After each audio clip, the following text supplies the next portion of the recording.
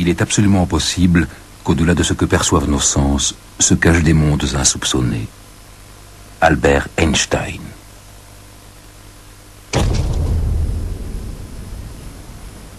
Dans quel monde vivons-nous? Quelle est sa nature? Une seconde dure-t-elle toujours une seconde? Et un mètre mesure-t-il partout un mètre? Est-ce que le temps et l'espace sont constants?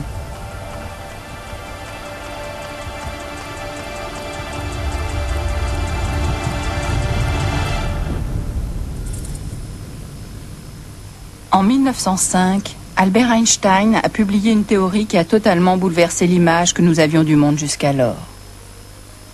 Il a découvert que le temps peut s'écouler plus lentement et que l'espace peut se contracter. Il a ainsi ouvert la porte sur un monde inconnu et mystérieux, au-delà de nos perceptions traditionnelles. Un monde en apparence inaccessible, et pourtant à portée de main.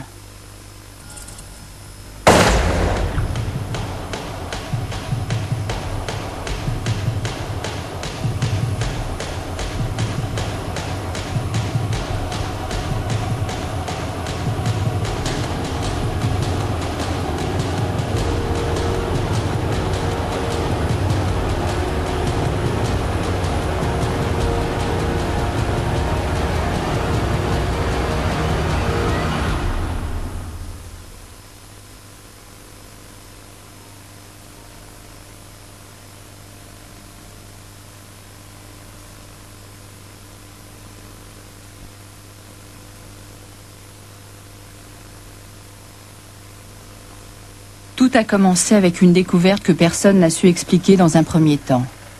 À la fin du XIXe siècle, deux physiciens, Albert Michelson et Édouard Morley, ont essayé de mesurer la vitesse de la lumière. Avec l'instrument de mesure qu'ils avaient spécialement conçu, ils s'attendaient à mesurer des variations de cette vitesse. Le résultat fut tout autre. Tous les rayons de lumière avaient la même vitesse. Et ils eurent beau répéter leur expérience, ils retombaient sur ce paradoxe, en contradiction avec les lois de la physique alors connues, selon lesquelles le mouvement dépend du référentiel où on le mesure. Ainsi, un observateur stationnaire voit passer plus rapidement un avion à réaction que ne le verrait un passager volant dans un second avion à proximité du premier. La vitesse ne dépend pas seulement de l'objet en mouvement, mais aussi du mouvement de l'observateur lui-même. Michelson et Morley ont d'abord tenté d'appliquer ce principe à la lumière. Selon ce principe, l'homme immobile au sol et le passager de l'avion auraient dû voir des rayons de lumière à des vitesses différentes. Et si le passager avait avancé aussi vite que la lumière, il aurait même pu avoir l'impression que les rayons de lumière faisaient du surplace. De la lumière qui ne bouge pas. Einstein ne pouvait pas imaginer ça. Pour lui, il était plutôt vraisemblable que les rayons de lumière aient toujours la même vitesse. Il prit donc les résultats de Michelson et Morley au sérieux. Effectivement, comme nous le savons aujourd'hui, quelles que soient les circonstances, les photons se déplacent à 299 792 km/s.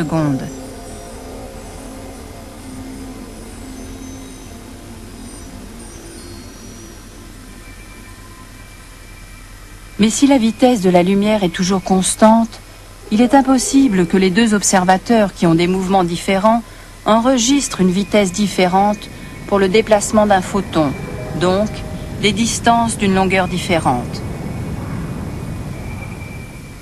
La distance parcourue par la lumière doit être la même pour les deux. Mais cela entraîne un problème dans la formule de la vitesse. Si la vitesse est constante, alors les deux autres termes de l'équation, c'est-à-dire d'une part la distance parcourue et d'autre part le temps nécessaire pour la parcourir, doivent donc se comporter d'une manière différente de ce que l'on supposait jusque-là.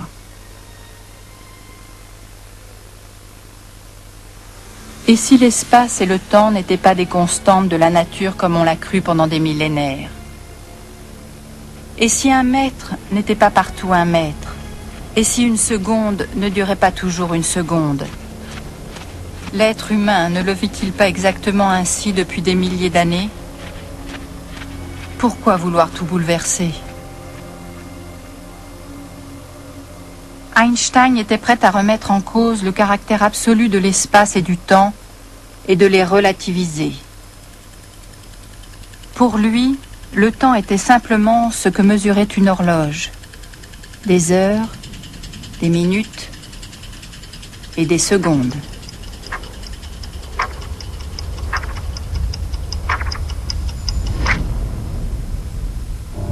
Une particule de lumière, un photon, qui va et vient entre deux miroirs, agite aussi comme une horloge.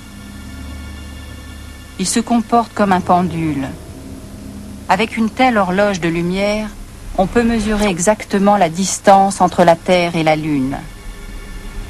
Les astronomes envoient des rayons laser vers la Lune et déterminent la distance en fonction du temps nécessaire aux rayons pour faire l'aller-retour. Il faut 1 seconde 3 dans chaque sens. La distance Terre-Lune est donc de 384 000 km. Le rayon laser fait un mouvement de va-et-vient. Tic, tac, comme le pendule d'une horloge. Mais qu'observe un astronaute dans un vaisseau spatial qui passe à proximité de la Terre et de la Lune? Il rencontre un phénomène étrange. Pour lui, la lumière se déplace aussi comme un pendule. Toutefois, pas à la verticale de haut en bas, mais en zigzag. Du point de vue de l'astronaute, le rayon laser doit donc parcourir une distance plus long que s'il était un simple observateur sur Terre. Si on compare les deux distances, il est alors clair que pour l'observateur stationnaire au sol, la distance est plus courte et que pour l'astronaute, elle est plus longue. Étant donné que la lumière ne peut avoir qu'une seule vitesse, elle ne peut pas compenser la différence. C'est pour cette raison qu'elle a besoin de plus de temps. Ainsi, du point de vue de l'astronaute, le pendule de la lumière marche plus lentement. Cela signifie que le temps s'écoule plus lentement pour lui. Vu du vaisseau spatial, le temps se dilate donc entre la Terre et la Lune. Ce fut une découverte ahurissante. Le mouvement provoque un ralentissement du temps. En termes simples, cela signifie tout simplement que des horloges en mouvement marchent plus lentement que des horloges stationnaires.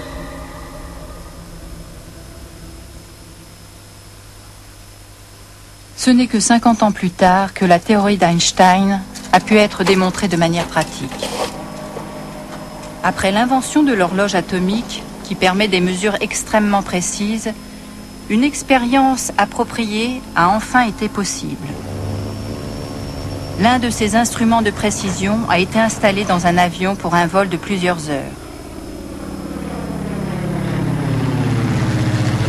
Une deuxième horloge atomique est restée stationnaire sur Terre. On a finalement observé que l'horloge de l'avion était plus lente. Il ne s'agissait que de quelques nanosecondes, mais la différence était réelle. Et cette infime différence ne tenait qu'à la vitesse de l'avion. Si les scientifiques avaient utilisé un avion beaucoup plus rapide, la différence de temps aurait été plus importante.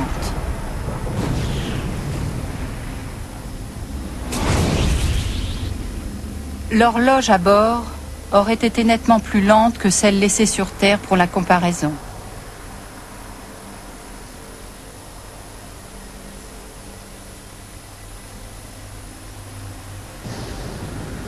Tous les processus d'un système en mouvement sont touchés par la dilatation du temps. Ainsi, toutes les fonctions du corps humain sont ralenties. Le cœur bat plus lentement. Chaque mouvement et même la parole ralentissent. Le processus du vieillissement est également affecté. Et le sable d'un antique sablier s'écoule moins vite qu'avant. Toutefois, pour les astronautes, rien ne change. Dans leur vaisseau spatial, ils ne remarquent pas la dilatation du temps. Ils ne voient pas non plus que le vaisseau, les objets à bord et eux-mêmes se contractent dans la direction du mouvement. C'était la deuxième découverte absurde et étrange d'Einstein. Les objets en mouvement se contractent.